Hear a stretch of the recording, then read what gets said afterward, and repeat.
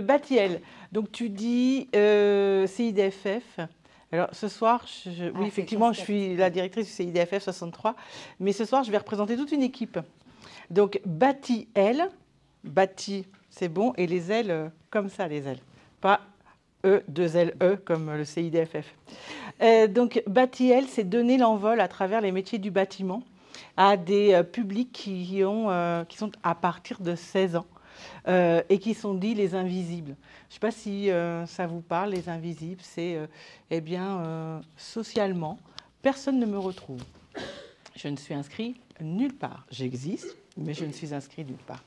Et quand j'ai 16 ans, eh bien, c'est peut-être parce que la vie m'a un petit peu bousculée et qu'à un moment donné, j'ai décroché et je me suis arrêtée. Alors, pas arrêter de vivre, mais arrêter d'aller à l'école. Arrêter d'aller travailler, arrêter de côtoyer la société quelle qu'elle soit. Je me suis arrêtée et je me suis posée, voire je me suis cachée, donc je suis devenue invisible.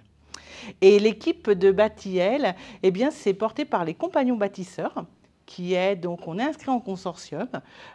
Compagnons bâtisseurs est notre chef de file, donc les compagnons bâtisseurs, à l'aide aussi des métiers du bâtiment, vient redonner du beau dans un espace privé. Et il faut savoir qu'effectivement, quasiment cette beauté se fait dans des habitations. Beaucoup de femmes, alors je crois que c'est presque 80% des logements sont remis en état pour des femmes qui vivent seules dans leur appartement, dans leur petit lieu de vie avec leurs enfants, éduquant seuls leurs enfants. Ce qui explique qu'on est venu nous chercher. Puisque le rôle du CIDFF, c'est d'accompagner donc les femmes. Donc c'est un centre d'information sur le droit des femmes et des familles. Et notre racine et notre colonne vertébrale, c'est de venir sécuriser une femme dans son parcours, puisqu'elle aussi, à un moment donné, elle a été un petit peu bousculée par la vie, tout simplement. Et donc, on voit bien que la compétence des compagnons bâtisseurs plus la compétence du CIDFF fait qu'on peut aider cette jeune femme et cette femme à se redresser et à s'inscrire dans les métiers du bâtiment parce qu'elle n'y va pas tout de suite. Hein, voilà, on appelle ça, c'est notre combat régulièrement, les métiers dits au masculin. Et ces femmes, si elles ont 16 ans, 17 ans, 18 ans, comme le CIDFF n'accompagne que des femmes majeures, eh bien, on est allé chercher un autre partenaire qui s'appelle les missions locales. Donc les missions locales, eux, c'est leur racine par contre, hein, et leur champ de compétences d'accompagner les très très jeunes publics. Et puis quand on est aussi humain, parfois la vie nous a tellement bousculé que le handicap est venu aussi cohabiter avec notre quotidien. Et là, on est retourné chercher un autre partenaire qui s'appelle l'ADIS Service, dont le métier est aussi d'accompagner les publics en situation de handicap. Et puis il en manque encore.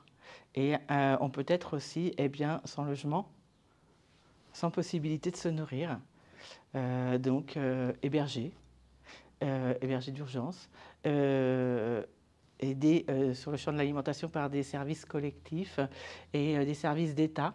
Et là, on est allé chercher le secours populaire. Donc on voit bien qu'entre les compagnons bâtisseurs, le CIDFF, ADIS Service, la mission locale et le secours populaire, on embarque tout ce public à travers une technique que vous connaissez quasiment tous, les métiers du bâtiment. Et on les aide à se reconstruire parce que tous ces publics sont persuadés, peu importe qui ils sont, d'être nuls, de ne servir à rien. Et à travers de faire un enduit, un peu de peinture, refaire un carrelage, ça met du beau, vous le disiez, ça redonne, je ne sais plus quelle était l'expression, de la beauté, ou ça réveille. Ça réveille, eux, ça les remet juste en vie. Voilà, c'est ça, Batiel. Et on a besoin de vous tous, par contre, pour nous aider à les accompagner. Merci beaucoup. Et t'as vu, j'ai pas bougé. C'est tout, elle peut rester là maintenant pour les questions. Est-ce qu'il y a des questions ?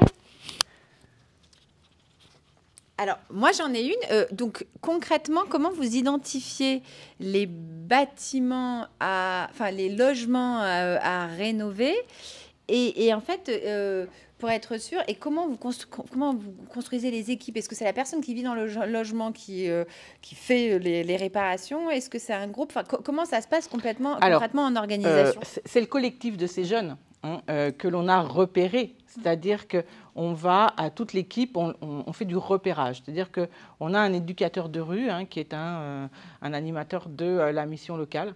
Et cet éducateur de rue se promène, voilà, lui, il travaille à l'extérieur en continu et il repère ces publics qui sont invisibles. Il les invite à venir nous retrouver sur le dispositif Batiel.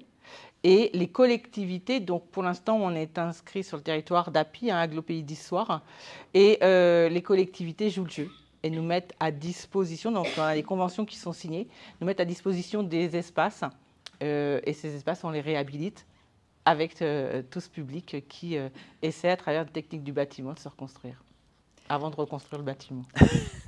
Très bien, oui. Hop. Pourquoi spécifiquement les métiers du bâtiment et pas d'autres métiers? Parce que dans notre jargon pro, on dit toujours de la personne quand elle est vraiment tombée, écroulée, qu'elle n'a plus envie d'exister ni d'aller plus loin, qu'il faut l'aider à se reconstruire. Et on trouvait très très beau, puisque c'est notre cœur de métier, nous c'est IDFF, d'aider l'autre à se reconstruire. Donc de s'associer et d'être associé dans ce consortium avec des personnes qui pratiquaient la technique du bâtiment. Et puis c'est se sécuriser, parce que la plupart d'entre eux vivent aussi dans la rue. Donc il y a toute cette connotation autour du bâti. Est-ce qu'il y a une autre question ou une autre remarque ? Est-ce qu'on peut faire... Oh là là, le téléphone qui sonnait, c'est sa punition. Moi, juste une question. Est-ce qu'on a des parcours finalement qui débouchent vers des emplois pérennes?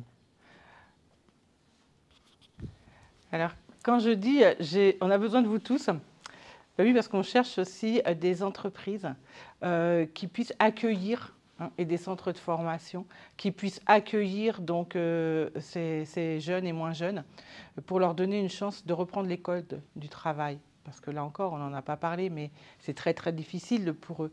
Et on a donc le dispositif a ouvert ses portes en octobre 2024, et on a la chance que parmi ces jeunes, puisque ce sont ce qu'on appelle des entrées et des sorties permanentes, un jeune ait trouvé un emploi déjà, et 3 d'entre eux ont trouvé un logement, donc ne sont plus à la rue. Et il y a une chose très très importante, c'est la notion de temps. C'est-à-dire que tout ne peut pas se faire comme ça très très rapidement, mais ça prend du temps. Et on en a 2 qui avaient trouvé un emploi dans une entreprise, et c'était dur parce que ça faisait des années qu'ils avaient décroché, et donc ça a duré 3 jours, pour l'autre ça a duré 15 jours, et ça décroche.